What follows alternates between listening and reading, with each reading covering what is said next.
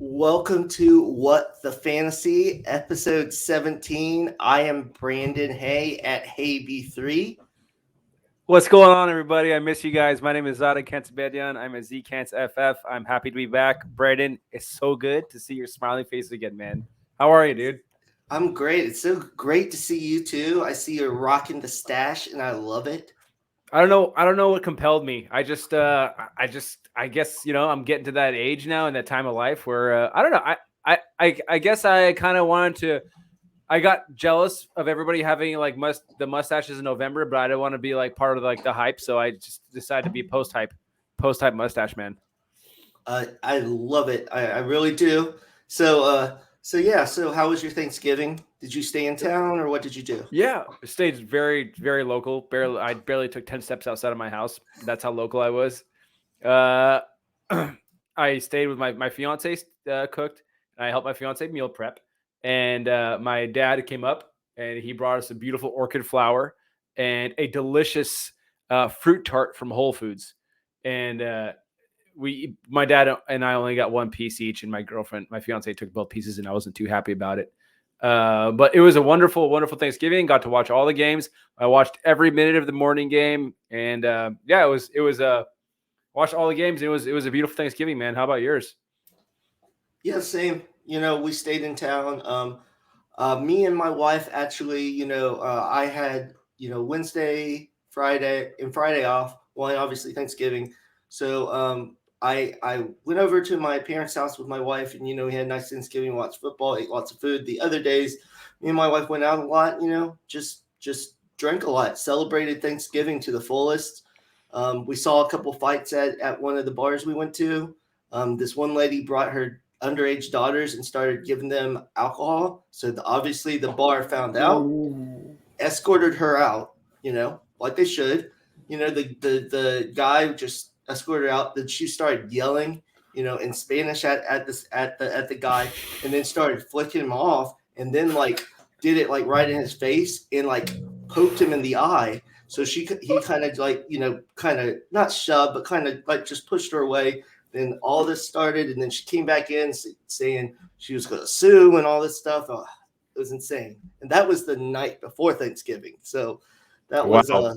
a good start to the whole Thanksgiving festivities. So it was a fun weekend, and I know this is NFL podcast, but I know I'm going to talk a little bit of college later in the show, but I can't go without saying a big Michigan fan. They played Ohio State this week. They finally beat them, so it was one of my best weekends. So for anyone that is a Buckeye listening, I can just say, suck it.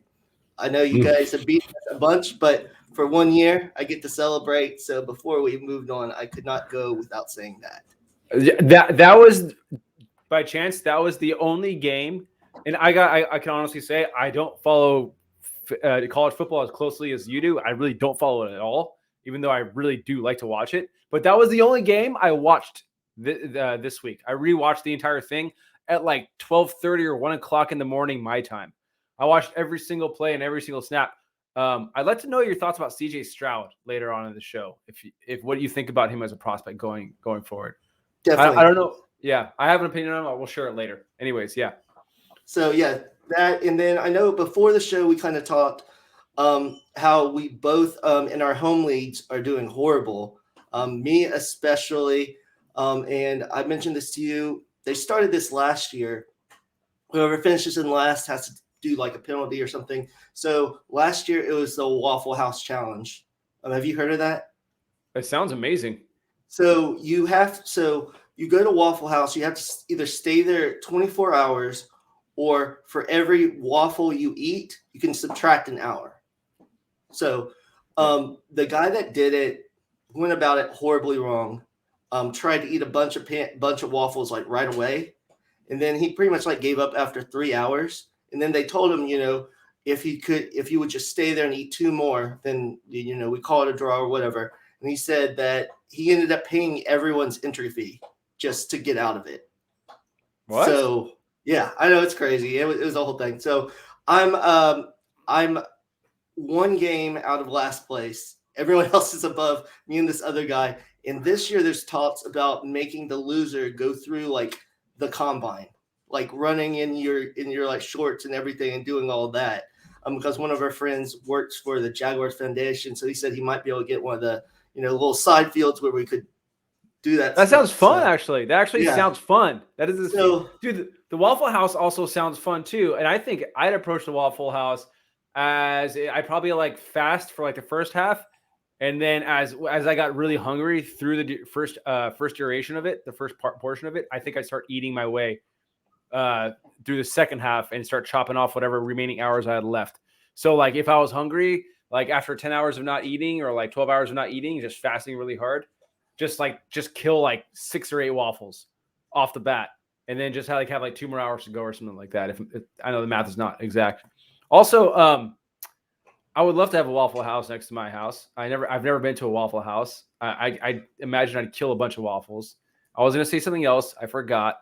is there not Waffle Houses out there?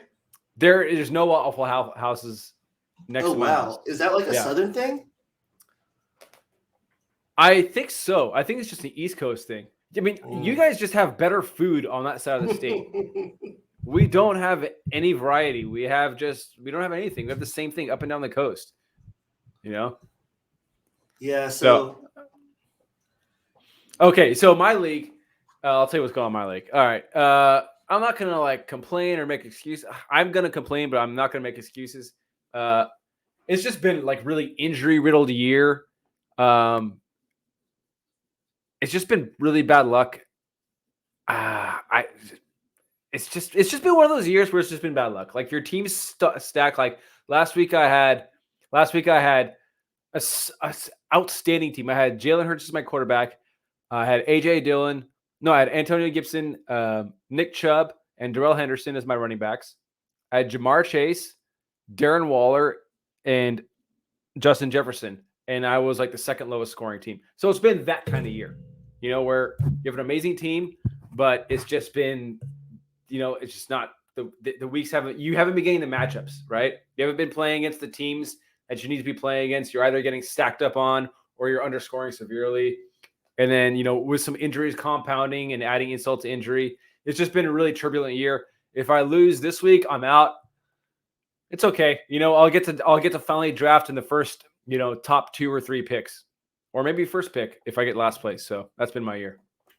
Yeah, definitely. Just quickly before I move on, yeah, my team, like when I drafted it, because this is actually a keeper league. You get to keep 3 players. So my keepers were AJ Brown, Kyler Murray, and CMC. Okay, yeah, that's terrible. Yeah, so that's devastating. Injury riddled, and then I drafted Tua, and he's been injured, and it's if you before the season, if you looked at all the players, you'd be like, oh, this is a dynamite team, and it's just gone to shit. So let's not talk about this anymore. So let's move on. And I figured since we haven't been together in a couple of weeks, we could just talk about some NFL type reactions that we kind of have. And I'll start. The LA Rams, they keep on adding all these pieces, giving away draft picks because they can't draft. They always draft horribly, which I somewhat understand. But they keep on adding these veterans that are kind of over their prime mostly, and it just doesn't seem to be working. They look bad. I think they've lost 3 or 4 straight. They just don't look like Stafford isn't playing well. So I thought with all these moves they made, even before OBJ and Von Miller, they would go to the Super Bowl. But right now, I wouldn't put my money on them getting there. No, and they seem like they stagnated. It seems like kind of like McVay's offense has grown stale, and that people have completely figured it out.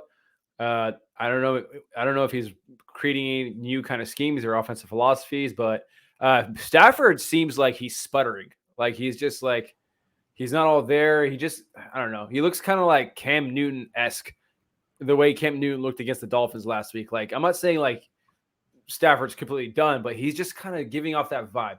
So yeah, I get what you're saying with the Rams. I totally agree with you. My first takeaway is that the NFC East isn't as close as people perceive it to be. I think that the first of all, let me start with the Dallas Cowboys. They are somewhat of a bipolar team.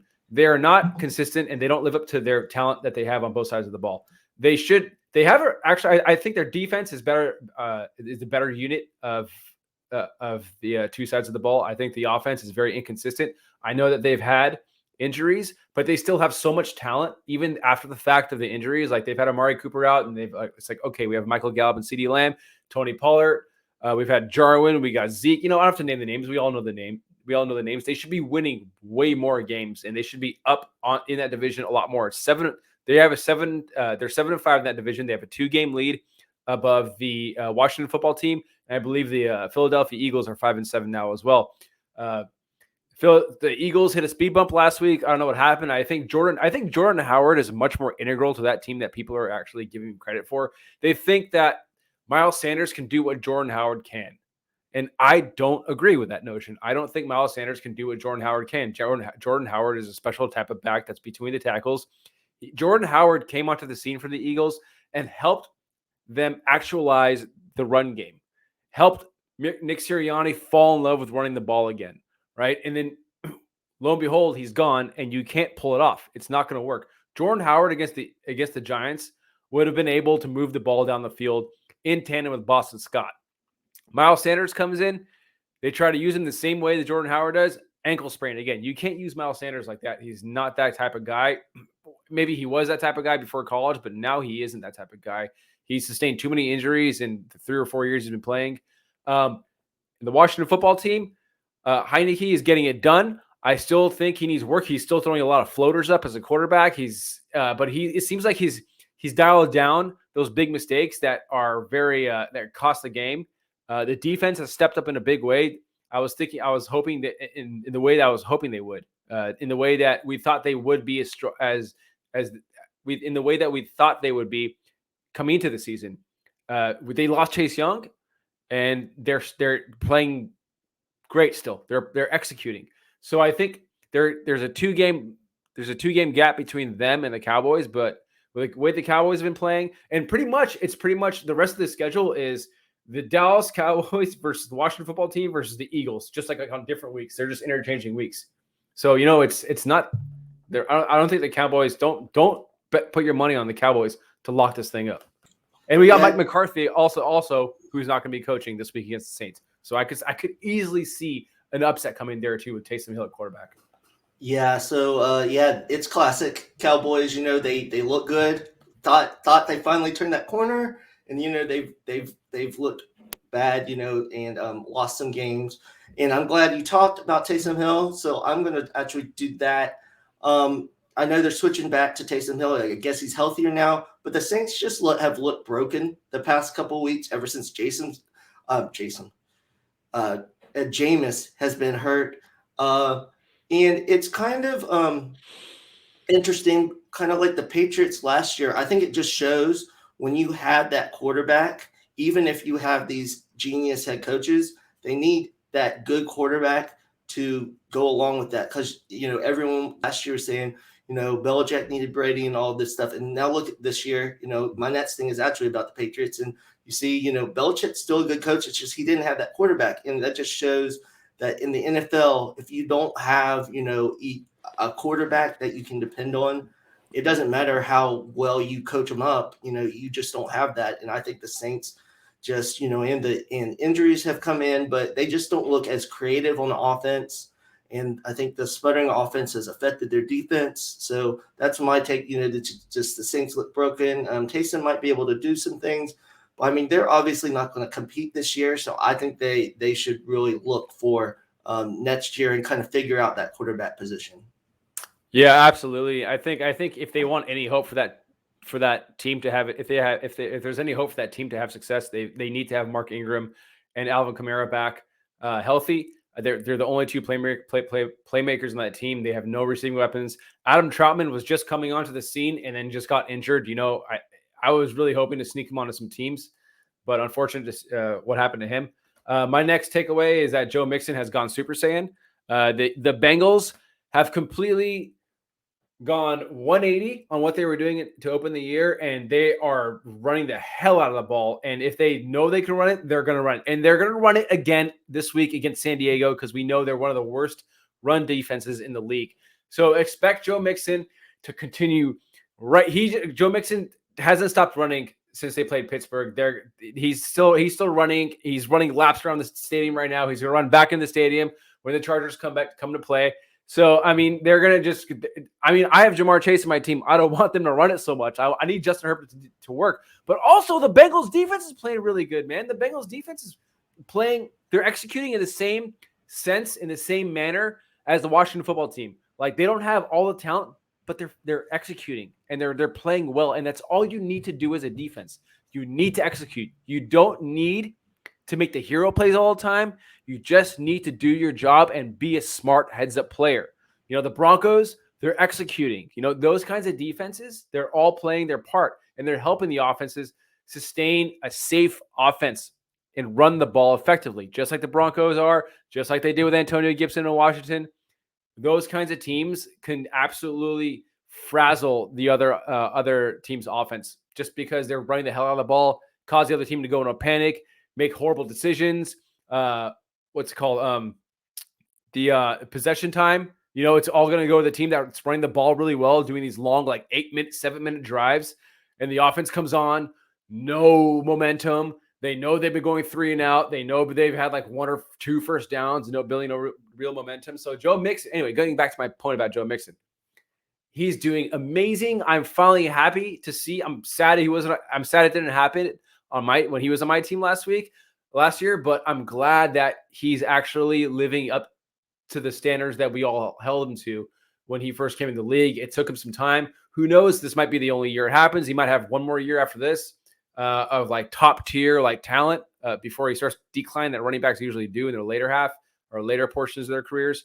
But look for Joe Mixon to carry this team as long as he's healthy to a strong postseason showing.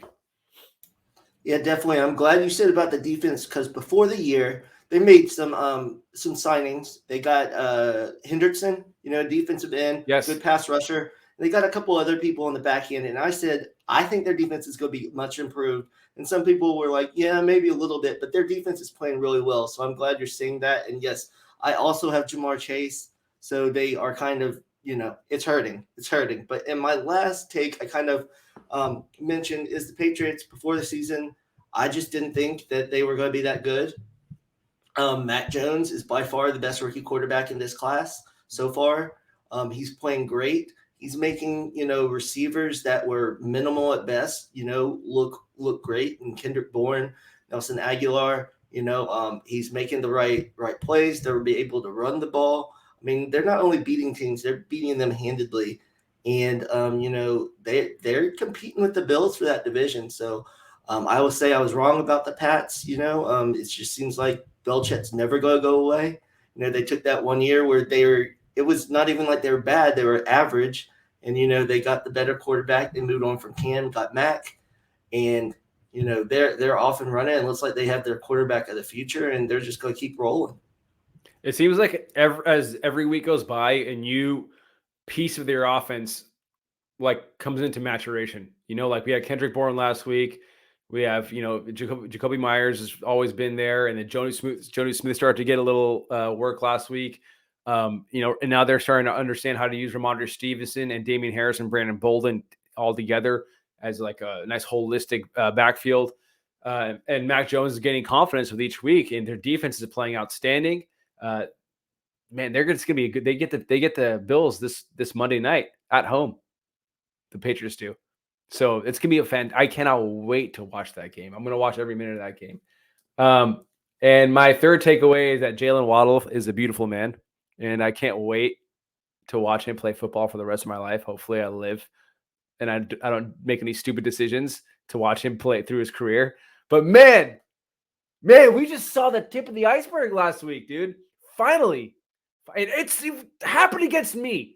And it only happened against me is because the guy that played him against me dropped him, and we were drunk at a wedding like 4 or 3 weeks ago. And I was like, hey, man, I was like, the Dolphins love Jalen Waddle. I don't know why you dropped him. And he picked him up the next morning, and lo and behold, he going nuts. And I wasn't even mad about it. I was proud of myself, but I got crapped on. But man, Jalen Waddle is going to be so awesome to watch, man. What he was doing, like him in the open field, him on a slant, like he can do things that Odell Beckham would do when Odell Beckham was balling out, just running slant routes, just taking to the house. Like Jalen Waddle is going to be one of the most awesome players to watch. And I think last week was just his like real true breakout performance. And after this, I think they're gonna be like, all right, this guy's gonna be the spear, the sharp point of the spear for our team going forward. So let's all celebrate and revel in Jalen Waddle and him coming to fruition, and let's all enjoy this together as a big football family. Yeah, definitely. I really like Jalen Waddle, and earlier in the year they used him some, but it seems like last week they really figured it out, and hopefully they can, him and Tua can like keep growing together, and that connection. So we did the reactions, and I just wanted to mention this, these running back injuries this year, because especially in redraft for the drafts in the first round, people always go running back early, but we see, with CMC played minimal games this year. Dalvin Cook's hurt again. Derrick Henry's been hurt. Alvin Kamara's been hurt. So my question to you is, because of all these injuries and these kind of nagging injuries that, stay with these running backs all season, is it not the way to go now to draft those running backs as early? Maybe wait, till the second round to pick up, some of the second tier running backs? Or is this just kind of one of those years where there's just a lot of injuries? No, I'm not going to say it's one of those years, but I'm also going to still side with the fact that you should be taking running backs over, especially these guys, the CMC, Dalvin Cook, Derrick Henry, Alvin Kamara, over other positions because of, first of all, scarcity, talent. I mean, you just got it. You can. This season has showed us that you can. There's still so much wide receiver depth. Even tight end depth this year is deep. Like there's still guys that you can find this week on the waiver wire who are going to suffice as legit starters. But yeah, I'm still going to go with running back in the first round. I'm not going to take a wide receiver. Like, what wide receiver would you take in the first round over any of these guys? Devontae Adams, Cooper Kupp, and Justin Jefferson. What else? I mean, I don't. Yeah, you're right. It's just, yeah. I mean, I guess you're right. I guess the bigger question is figuring out which running back to take if you're going to take ones early. Derrick Henry Cordell Patterson. Yeah, I mean, if you go back, you'd be doing well with that. Obviously, Jonathan Taylor is just killing it. They're finally giving him the ball, enough, and and they're finally passing him the ball a little bit more. So yeah, he's been a stud too. So yeah, I think with CMC, I don't really know how to really go with him moving forward because the last 2 years injury riddled. Just I'm avoiding CMC next year. I think he's done. I think it's just his body just isn't taking it, and he got ridden way too hard early in his career. They sapped the life out of him. He's just done, dude. I don't think he's gonna have anything. I think he's gonna be a bust next year. And I really won't have any problem. I'm not gonna take him. I'm not gonna take Dalvin Cook. I take Henry over all of them. Jonathan Taylor will be the 101. But I mean, we'll also okay. Also, there's this too, though. I'm saying take running backs in the first round, but we're also supposed to be getting a really good crop of running backs next year in the rookie in the draft, aren't we? Or don't we have like a solid group of guys? We got dude. Why can't I think of it? We can't even think of any of their names right now. Well, there's a couple. Well, that's in 23, so that's in 2 That's 23. years. Okay, Yeah. so who do we have in 2022? Yeah, we just there's a couple really good ones, but I don't know if they're like elite. There's Breece Hall for Iowa State, who's got a kind of good mix of talents, and then there's Isaiah Spiller out of Texas A&M. He's a very big, speedy back. What about Haskins out of Michigan? Is Haskins going to declare out of Michigan? Is he going to play? I think he is. I think he's going to declare. He might not be one of those top end bats, but I think if you get him round 4 or 5 in the NFL, I think he's going to be one of those guys that really, he might be the second back, in your two back platoon. But Yeah. and we'll just get into the college stuff now. Cool. Yeah, he just showed that he's a monster. That in the snow in that game, he had 5 touchdowns, and he always runs through tackles. He always makes those crazy hurdles like he did in that play, and just keeps running. He's not. And the funny thing is, they had him at linebacker when he first got to Michigan, and then they moved him to running back, and he's just gotten better every year. And it's just like there's certain players that might not have the talent coming into college, and he's one of those guys that just has gotten better. And running back wise in 2023, it's very deep. So Wow. there's a lot of running backs there, and I think this year there's a couple that are under the radar with Kenneth Walker out of Michigan State. He's ran for a lot of yards this year. Out of Notre Dame, Kyron Williams, he's a nice pass catcher, and he's a better runner through the tackles this year. And he's a great pass blocker. So there are some running backs, but not as nearly as elite as 2023. Because I've seen in a lot of my dynasty leagues, people are already trading for those 23 picks, even second and third rounders, because it's at least it looks like a very deep draft. Who knows what happens, but I know a lot are doing that. So just and your question, you talked about CJ Stroud. Yes. So I want my opinion on him is he started off very shaky in the year. He was this is his first year starting, but he's gotten better every year. I mean, every game. I think he's very good. I think it's interesting because he really doesn't like to run the ball.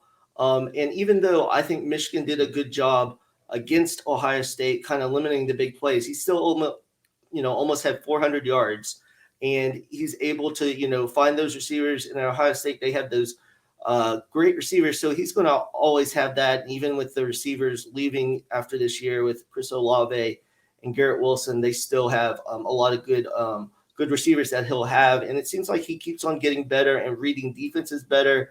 And they've said, he's a very accurate passer, and I think he'll get better. I don't know where he'll really look NFL wise, but I mean, another year getting better, I think, he'll definitely put up the stats and probably be in talks to be, a day one or day two guy whenever he comes out. What do you think of? I can't say his name. Number 11 on Ohio State, Jackson Smith In Jigba, Jigba. Yeah, he is really good. He is very good. This guy has got some quick Twitch stuff Yeah. going on, man. He's not going to be in the draft class next year, is he? So yeah, I think because he's a sophomore, so he could be a 2023 guy. But yeah, even the receivers at Ohio State, Chris Olave and Garrett Wilson, as I just mentioned, who are, I would think coming out this year in the 2022 draft, they've even said he has the possibility to be better than them. He's had huge games when either of them have missed, and even when all three of them play, he's had huge games to get him the ball, and then he just he's great after the catch, and everything. So yeah, he's definitely a very good player to kind of be looking at, if in dynasty or Devy, Devy formats. Great. Was he injured 2 years ago? Like, did he not get much playing time 2 years ago? Not like last year. Wasn't he? Yeah, injured he like didn't last get year? much. He didn't get much playing time last year. I think it's just he was a freshman, and they had other receivers and everything. But he had like one really good touchdown catch, if I remember correctly. But yeah, he didn't play that much, and that's just kind of the crazy thing about college. Sometimes, on these good teams, these talented freshmen just don't play, and then they just totally break out their second year. So I know analytics, they want a breakout either in their freshman or sophomore year. So he's doing that in his sophomore year. So he's doing a great job there. And I don't know if you've really seen, there's this past week has been big on news. Coaches moving around, all these players are jumping into the transfer portal. So I just want to give my kind of like opinion on that and see if you have any opinions. That seems now college coaches, because you look, Lincoln Riley left Oklahoma for USC. Oklahoma's a great job, and Brian Kelly's leaving Notre Dame for LSU. So the times of coaches at these big time schools just staying forever it just doesn't seem like it's going to happen anymore. There's always going to jump ship, and same thing with these the transfer portal. There's tons of players that are leaving, and I think this year is just the start of it. A lot of great players. Jahmyr Gibbs, Zach Evans, great running backs. They'll be in the 2023 draft. They're open to move to a better team. And Spencer Rattler, who you've complained about, your Oh first shit! I don't debut want to talk pick, about. This is my first but ever. he's moving on, so we'll see where he goes. But yeah, so in college, for Jahmyr Gibbs, I think he's did enough at a average or below average team in Georgia Tech. Yeah. But even that, their offense is sputtered because they don't have a quarterback. So he No. just wants to go to a team that he can show off his skills better. So I think for coaches and for teams in college, you have to do a lot to make these players happy now. And I think it's just going to change the landscape because these players, they as of right now, they get one transfer where they don't have to set out.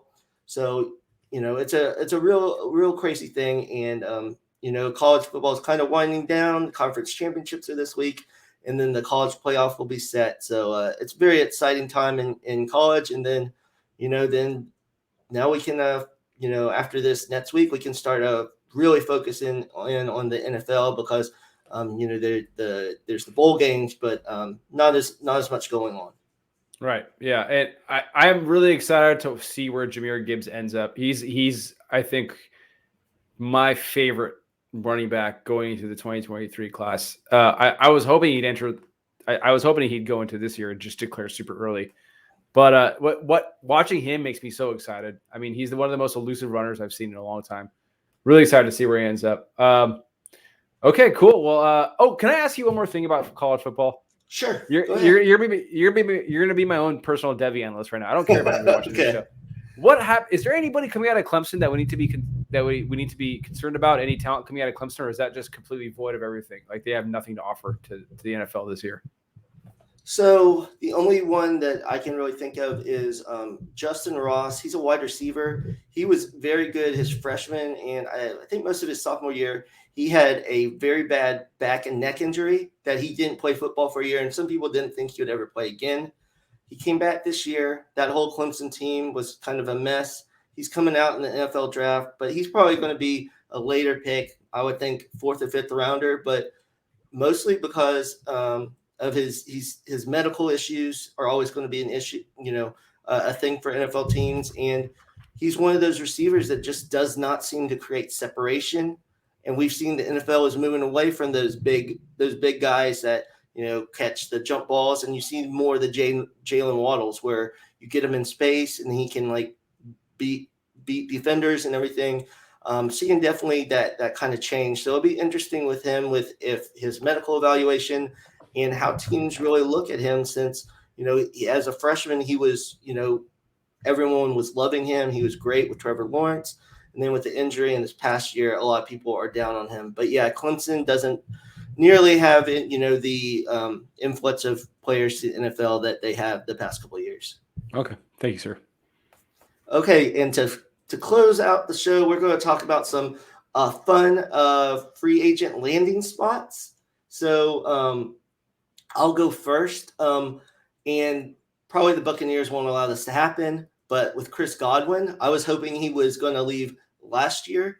But I think one place that would be really fun and interesting for him, even though I don't like the Patriots, would be the Patriots. I think that would give Matt Jones, that go-to receiver that you could kind of just throw that ball up to. And I just think Chris Godwin is seems kind of like a Patriots guy. He doesn't seem like a me guy. He'll block. He'll catch short passes. He'll catch deep passes. He's not really a diva from what I've seen on the field. And I think he'd be a team guy. And I just think that would be a good fit. Chris Godwin is definitely like a Jacoby Myers deluxe. And Yes. I'm not even trying to tarnish either name, but I'm just saying Chris Godwin he's more in that Jacoby Myers role, but so much more athletic and just better. Yeah, I think that'd be a great fit. I think I honestly with these suggestions, I wasn't really having fantasy in mind, but I think it just something where it would be good to watch these players. It would make it more aesthetically pleasing. It would make the offenses move just way better. So my first pick would be Mike Gesicki to the Bucks. with Rob Gronkowski on his 1-year contract, his renewed contract. OJ Howard set to become a free agent next year. I'm not really worried about OJ Howard. We know what he's relegated to in that offense. He's not a pass catcher, which is sad to me. And OJ Howard, in his own right, will be a fascinating name to watch to see where he ends up in free agency if he leaves. But I think Mike Gesicki in that offense can prove to be that tight end, but also a wide receiver, because I don't know if they're going to keep Antonio Brown around after this year. That's yet to be seen. But either way, Mike Gesicki with Tom Brady, I think they can make another solid push to the Super Bowl with Mike Gesicki. He'd be a very integral part, especially if Chris Godwin leaves to a team like the Patriots. Gesicki can come in and just fill in and take up so many receptions. It would just be a feast for Mike Gesicki. I think he's one of the more valuable tight ends in dynasty football right now, for sure. Yeah, that's definitely a good call on him, and I would like to see him go to a team where he could get those consistent targets, just because it doesn't seem like, 1 week he'll have, like 5 or 6 catches, and the next week he might have 1. So the next guy I have is Marcus Mariota. I kept on thinking he was going to leave the Raiders, but they brought him back, and I think he would be really interesting if he went to the Saints. So a lot of the things they like to do with Taysom Hill, run the ball with him and do some read options and everything like that. But he's a better passer. He's more elusive, where Taysom's more he's just going to bowl you over. So they could still use Taysom Hill at tight end, could use him at running back, could bring him in on goal line, but have Marcus Mariota there. And I think after being cut or not cut, leaving the Titans, I think in his short time, being starter when Derek Carr's been hurt, he's looked impressive. And I think Sean Payton could really use Marcus Mariota and kind of open up that offense again and make it exciting. You know how Payton loves, his offensive weapons and his toys he can play around with. And I think he could do so much with Marcus Mariota, and that could be a way he could revive his career. Yeah, I was hoping Marcus Mariota, honestly, I was hoping that the Colts would have stolen him away before signing Carson Wentz, and I was hoping he would have ended up on the Colts this year. I think he'd be so much more better in that offense, but I mean, they don't really run an RPO offense, and I don't know if it would have been great with Jonathan Taylor. I mean, that would have been beautiful, and he's a serviceable quarterback, a passer. So my third one, my second one. My second one would be Chase Edmonds to the Buffalo Bills. The Buffalo Bills, I don't think, are really overly concerned with having a early down runner grinder, as nice as it would be to have. I don't think the cards are on the table. There's nothing that seems to fall in line as far as draft picks, or there's no talent really out there. Not it's coming their way. So I think for them, so what they're doing right now, they have Zach Moss, right? Zach Moss is the bigger back. He's the bigger back of the two between him and Devin Singletary. He's got a good skill set, but he's fallen out of favor there in the past few weeks.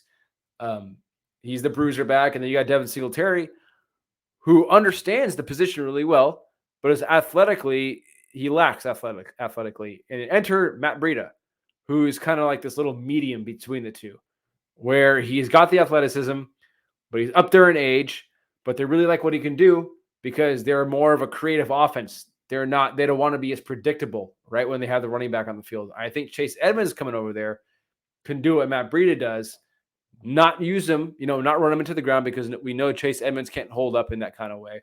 But they can also use him as another pass catching option. So I think Chase Edmonds to the Bills would be an outstanding fit.